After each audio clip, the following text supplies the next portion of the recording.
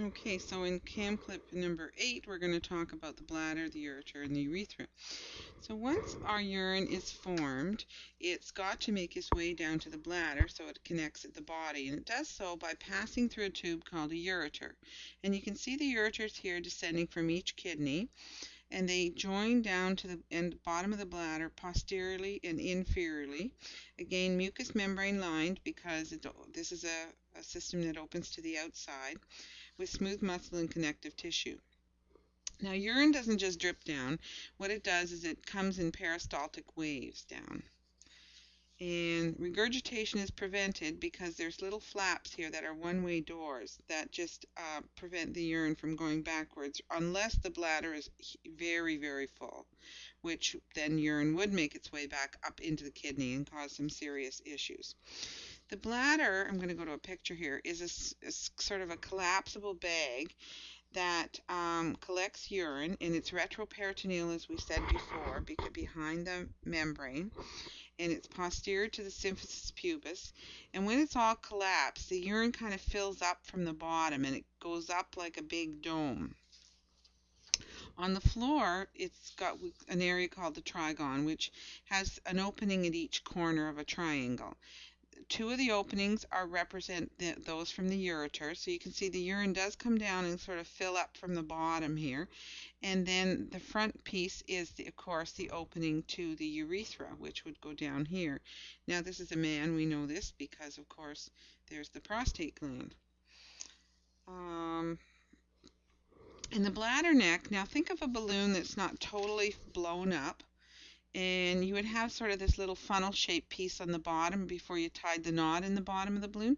Well, that's sort of what the bladder neck is like, and it'll descend down here, and then there'll be the sphincters, the muscles that signal that the bladder is full for us right here. The wall of the bladder is got 4 layers. The inside, as we say, is mucous membrane, and then we have a transitional epithelium, and that transitional epithelium stretches out. It's highly folded, but it stretches out so it can expand. Below that, we have submucosa and then a muscular coat around that.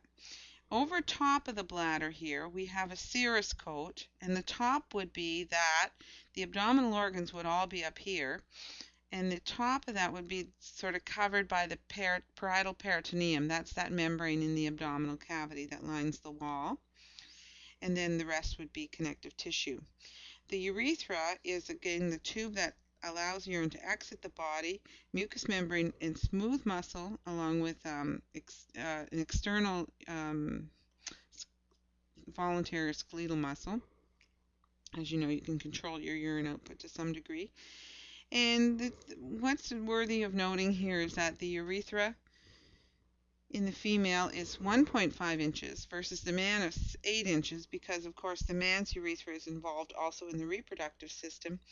And that 1.5 inches, of course, doesn't allow, but yes, it does allow, but women, you can see, are more prone to bladder infections because of that access being much more available in terms of bacteria getting into the bladder easier.